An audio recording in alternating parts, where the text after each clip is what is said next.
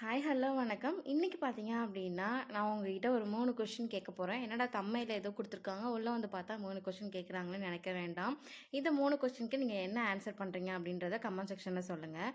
Number 1 question இப்போ நான் கேட்குறேன். மார்க்கெட்லேருந்து நம்ம காய்கறி வாங்கிட்டு வந்தோடையுமே டேரெக்டாக ஃப்ரிட்ஜில் ஸ்டோர் பண்ணுறீங்களா? ரெண்டாவது கொஸ்டின், அப்படி ஸ்டோர் பண்ணுற காய்கறிகளில் எல்லா காய்கறியுமே ப்ராப்பராக யூஸ் பண்ணுறீங்களா, இல்லை சில காய்கறிகள் அழுகி போயிருதா? ஃபைனல் கொஸ்டின், எத்தனை பேர் வாங்கிட்டு வந்த காய்கறிகள் என்ன வாங்கிட்டு வந்தோம் அப்படின்றதே மறந்து போய் ஃப்ரிட்ஜை க்ளீன் பண்ணுறப்ப கண்டுபிடிக்கிறோமோ? பொதுவாக ஒரு விஷயம் சொல்லுவாங்க, வீட்டில் சமைச்சு சாப்பிட்டோம் அப்படின்னா ஆரோக்கியமாக இருக்கலாம், வெளியில் சாப்பிட்றதெல்லாம் ஹைஜீனிக் கிடையாது, அதெல்லாம் வந்து ஸ்கிப் பண்ணுங்க அப்படின்னு நம்ம சொல்கிறோம். ஆனால் வீட்டுகளே பார்த்தீங்க அப்படின்னா நம்ம எவ்வளோ பெரிய தப்பு பண்ணுறோம் அப்படின்றது தெரியறதே இல்லை. இதே மிஸ்டேக்லாம் நானும் பண்ணிகிட்டு இருந்தேன். ஆனால் ரீசன்ட் டேஸில் பார்த்தீங்க அப்படின்னா இதை நான் பண்ணுறதே கிடையாது.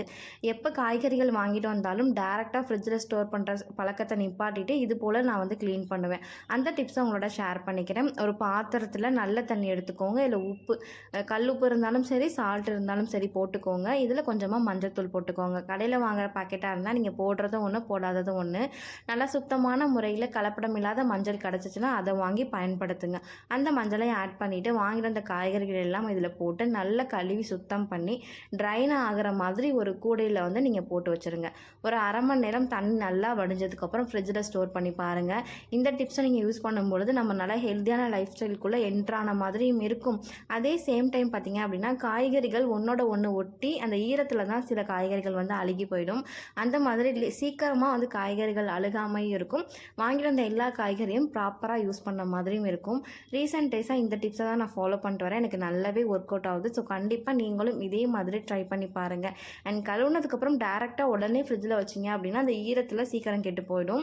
ஒரு 1/2 hour ரெஸ்ட்டு விட்டுருங்க. தண்ணி ஃபுல்லாக ட்ரைன் ஆனதுக்கப்புறம் நீங்கள் எப்படி வந்து செக்யூர் பண்ணி வைப்பீங்களோ அது போல் வச்சுடுங்க. இதே மாதிரி ட்ரை பண்ணி பார்த்துட்டு ஸோ இந்த டிப்ஸை கண்டிப்பாக யூஸ் பண்ணி பாருங்கள். முன்னாடி இந்த 3 கொஸ்டின் கேட்டப்போ நடந்த மிஸ்டேக்ஸ் பார்த்திங்க அப்படின்னா ஆஃப்டர் இந்த மாதிரி வாஷ் பண்ணும்போது கண்டிப்பாக நடக்காது. ஸோ எல்லா காய்கறிகளையும் நம்ம நல்லா ஹெல்த்தியாக சாப்பிட்டுட்டு எல்லோருமே வந்து ஹாப்பியாக இருங்க. Stay healthy, stay happy. இந்த டிப்ஸ் உங்களுக்கு பிடிச்சிருந்துச்சு அப்படின்னா என்னோட சேனலுக்கு சப்ஸ்கிரைப் பண்ணிக்கோங்க. கூடவே பெல் ஐக்கானே கிளிக் பண்ணிட்டீங்க அப்படின்னா நான் போகிற வீடியோஸ் எல்லாமே உங்களுக்கு நோட்டிஃபிகேஷனாக வரும். தேங்க்யூ ஃபார் வாட்சிங். Bye bye.